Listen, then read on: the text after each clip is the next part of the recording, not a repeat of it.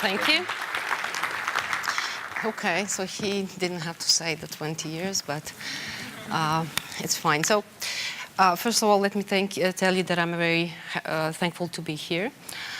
Slightly nervous, honestly, because it's always a big chance to talk in front of the big HR community and relay the good HR practices that we have. So just a couple of words where I come from. So I come from INA, which is a Croatian oil and gas company. So we do produce oil and gas, explore it, we refine it, we market it. We have a big retail network. So it's a company of approximately 10,000 plus employees. And within the group, we have approximately 10-ish companies. So it's a big complexity. INA is a part of MOL Group. It's as well a Central Eastern European leading oil and gas company and present on the markets worldwide and approximately 30,000 employees. So not to bug you too much about the industry itself, but maybe just to state, which is most probably something that you already know, the industry is going through, let's say, a tougher times. It's a cyclic period where the oil and gas price is actually dropping. So just imagine, let's say, 1 year and a half ago, the crude oil price of 1 barrel was $100 per barrel. Today, it's approximately 50-ish. So it's someone is actually coming and taking 50% of your income. So how does the leadership react? Besides the obvious OPEX, CAPEX cuts, etc. But again, this is a very CAPEX sensitive industry, quite a lot of investments. Also, what I believe that we as HR and our senior leadership, we should actually invest and actually become pretty creative. So this platform, what we call Benefit, is actually a well-being platform that we developed. We worked for it for quite a lot of time, but only recently actually managed throughout 2016 to implement it and launch it. I will start by a simple sentence which says that sometimes you really need to look back in order to actually move you forward. But what do I mean by that? There are a lot of new, a lot of dynamic, a lot of flexible, groundbreaking solutions, but sometimes that's not the answer, and actually it's not enough. So what I believe, and my team, together with the senior leadership, we thought that it's actually a time, to take a moment off, to step back, to actually go to the basics, to look behind what is happening. Because there are a lot of good practices that are already happening that we are not aware of and that we should use it. We should simply stop and just admit that the world will not stop turning if we actually stop for a moment and consider the basics. So this is what we did. And we really took time and we really considered. And this place that we were in actually allowed us to go and look at the basics, and that's where the project actually started. The project that I'm going to talk to you about will bring you nothing new, nothing groundbreaking, but it actually works. It makes everything else possible. So the goal that we put in front of ourselves is basically healthy. Healthy equals happy. Happy employee, happy workplace, a healthy and happy community. It also means nurtured. So this is what actually we put in front of ourselves.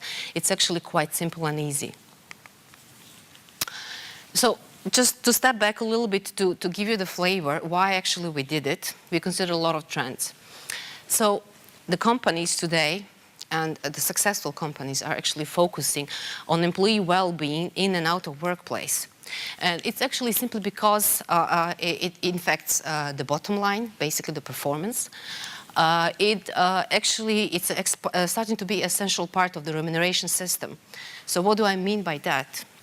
The remuneration compensation system itself, the companies are saying, and the employees itself are asking, it's not only your salary, your paycheck, it's not only your variable compensation, bonuses, some fringe benefits which are guaranteed, but the well-being itself is basically starting to become the essential part. The other trend is that it's no longer only the AGC effort or an issue, or let's say challenge. AGC, by AGC I mean health, safety and environment.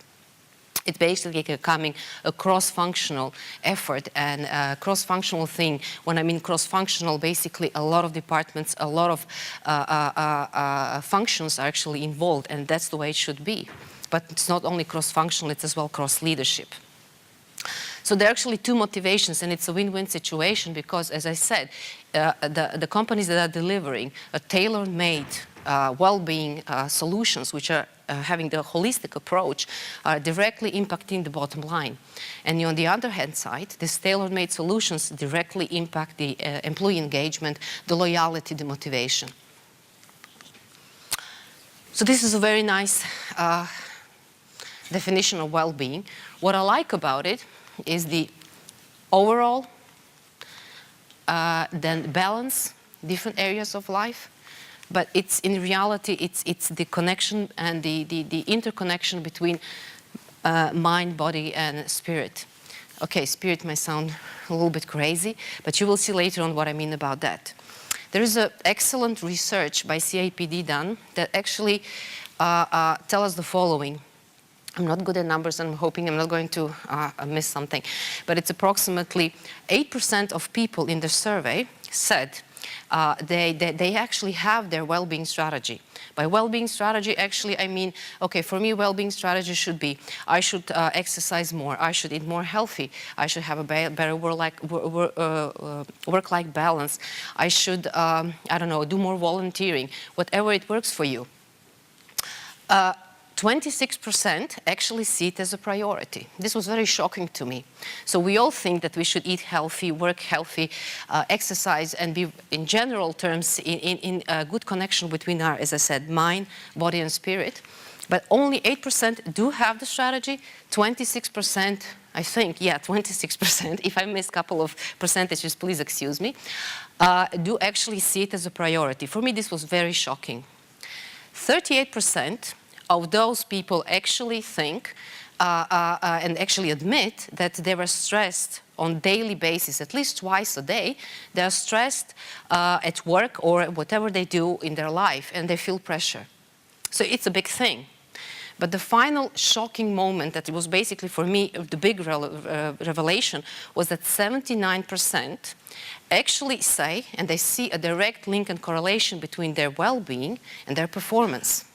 So in the other words, the survey is saying, okay, 92% do not have any idea, any strategy about well-being, but 97% of those people are actually saying that it's a direct link between their performance in life, in private life, in work life, and their well-being. So who is this person? This is our employee. And the moment the employers, the companies understand, and HR understands that, where the employees are coming from, this is actually becoming a reality. Why a well-being, well-structured, holistic approach to well-being strategy and platforms is essential. Okay, so we did our mission, vision, strategy. I'm not going to go through it. I think I said the majority of it. But the companies, simply because of the fact 82% of our employees do not have any kind of well-being strategy, 97% think that it's a direct link and correlation between performance and well-being. Because of that, the tailor-made solutions are actually becoming a must. So we as a companies should consider all of the benefits, all of the essential parts of the well-being, what we have, and then there is a catch. We think we have quite a lot, but is it utilized? Are people actually aware of it? The second thing is that we actually have, but we don't know about it. And then there is the whole bunch of things that we do not have and we think we should implement, but we simply do not have time, or it's not considered as a priority. So the whole idea of the holistic approach is basically creating a well-being strategy around the workplace, but not only inside the workplace, but as well outside of the workplace. And the idea of healthy, happy, or nurtured is basically what is driving the whole process and the project. So the key pillars, and I'm not going to go through all of the details. One of them is physical, we all know about it. And I have to say that I really enjoyed yesterday when Blagica from Pliva was saying, of course, it's obvious that they're a pharmaceutical company very focused on health. They're doing beautiful things there. So regular medical checkups, awareness campaigns, etc., food, healthy food, walk and talk, use the stairs, use the bike. I heard a lot of colleagues having a lot of them. So this is exactly what I'm talking about. The spiritual health. So it's not about spirits, but it's really all about the balance, parental, maternal support. Different kind of support such as hardship. One part which I'm also feeling very emotional about is flexi time and flexible working arrangements. It works miracles if you do it the right way.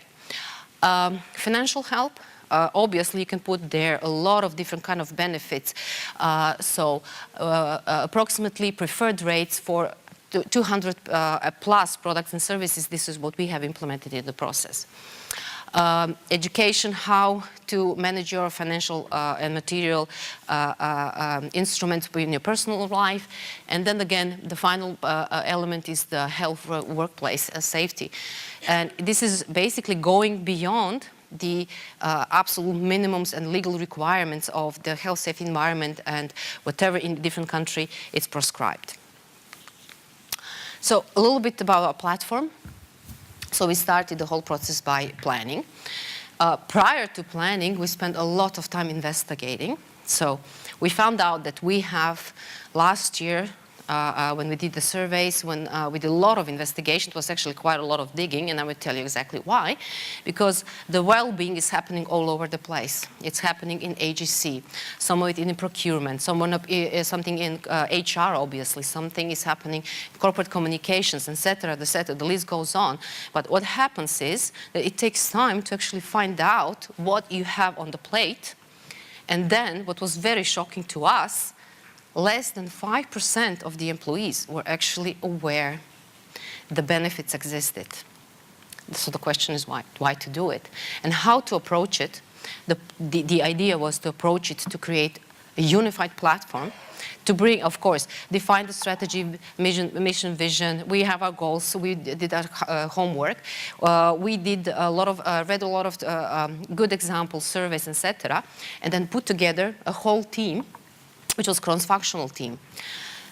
The second phase was the design, and what we actually learned in the process by this 5%, less than 5% being aware of actually what they can use and how. Why? Because they had to spend hours reading through different kind of policies, going to different kind of departments, finding out, and maybe in the meantime actually quitting, because they simply do not have time to find out whether and how to use a benefit. So it was quite clear from the beginning that it should be a unified platform and unified effort and approach, where it can be basically easy, for dummies. So everything is one place, it's quite simple and easy, but it's not only about the visibility, but we really tackled it. So the design phase took a lot of effort from our corporate communication guys to create a new, fresh visibility and the whole marketing campaign. In the production, we also as well developed a unified IT platform, which was based on the internet site with a lot of SharePoint activities, which was interactive. And then the production part, where we said, okay, but 50 plus, we want more. So it was essential in the project to bring on the table more. I will come back to that later with one insight, where I think that a lot of companies make mistakes. And as we did mistakes. But coming later. The promotion part was also very essential. We launched it, and we really wanted to achieve a big bang. So we used quite a lot of different channels, because simply the communication previously, to be quite honest, sucked. Okay, so here it comes. So the company is in the middle, but what I want to say is that the focus of the whole project, of the whole campaign and the platform itself, of the well-being, is the employee. He should be in the focus. But what I'm trying to say here, that in between the employee and the benefit itself, or the well-being platform, is the company that actually is the connection. The strategy, when you're defining it, it's absolutely fine to go top-down, to define what you want to achieve. But when it comes to actually finding out what are the essential parts of the well-being platform, it should come bottom-up. A lot of companies implement a lot of beautiful things, but it's exactly, someone yesterday, I forgot the name, there was a presentation about the employee engagement and the paradox. And this lady said a beautiful thing, which I fully agree with, is that we should stop reinforcing and reinforcing and pushing something to our employees, and as HR coming with a solution, it's fine to come in with a solution, but do not push it and reinforce it. So bring your kids to work day, Is it good? Absolutely fine. It happens once in a couple of years or maybe once in a couple of months, but nothing afterwards. And then as well, it's a must. And afterwards, the employees think, okay, so it happened today. When again? Sports activities. Corporate runs, beautiful thing, fully supported, but it's not a must. It should be a choice. So we should ask the employees, what do you want? And put the whole palette in front of them so they can choose. So this should be this strategical top-down and bottom-up approach. Should I speed up? Okay, so essential things in the criteria that we said, what are the must-haves? So the must-haves, it has to apply for the whole group. A logistical nightmare, 10,000 people, 10 companies plus. Close to the offices, again, we have people on platforms, on oil fields, offices, you name it, we have them. So it's a logistical nightmare. On the one hand side, to offer the unified approach and the availability to everyone. We are still not there, and we are not saying that we are perfect, but this is where the employees come in, and this platform that goes both ways. So tell us what to do, tell us what to offer. Exclusivity. Long-term validity, very essential and important. So it should not be, oh, you missed it for a month, so you should have applied yesterday, or something like that. So a la carte, meaning that it should be tailor-made, and the employees, again, should tell us what they want. We should not reinforce it and enforce it, and obviously the holistic approach. So this is how the platform looks like. What is essential, that a lot of branding, a lot of fresh, a lot of for dummies. On-call support team essential. Because what will happen is when you launch something like this, and if it's good, the employees will start basically calling. And if there is no one there to address, to expand the palette, if there is no one there to help them, then it's a failure. So benefits of the benefit or the well-being. So there are two of them, which I see, and there are quite a lot in the middle. But two essential ones are, of course, the employee engagement on one hand side, and on the other hand side is the increased performance. In the middle, you will find out, and I just brought one of them, is reduced absenteeism, and we noticed it. 54% reduced absenteeism. One of the, for example, flexible working arrangements or different kind of benefits that are there. So we actually started on the platform a year and a half ago. A lot of research, a lot of groundwork. So, but it took us approximately 7 months to put it all together with the cross-functional teams, to come from 50 plus to 200 plus benefits, to actually put all of the things together. And of course, the future looks promising. I think I missed something. Okay, so the future looks promising. I'm not going to go into details, but this is the final thing that I want to ask you all, which I actually ask myself and the leadership and the teams involved. There are at least the core team, 20 plus people. So why do we invest in well-being? Is it because it's a bottom line? Is it because of the EBITDA performance? Or is it the right thing to do? I truly believe that it's actually both. Okay, so this is it from me. I'm really more than happy to actually answer some of the questions. I hope I didn't step over the time. So in the breaks, if you want to discuss it, to share more opinions and actually our practices, you're welcome to come. Thank you. Ladies and gentlemen, Vladimira, Senčar, Perkov, thank you very much.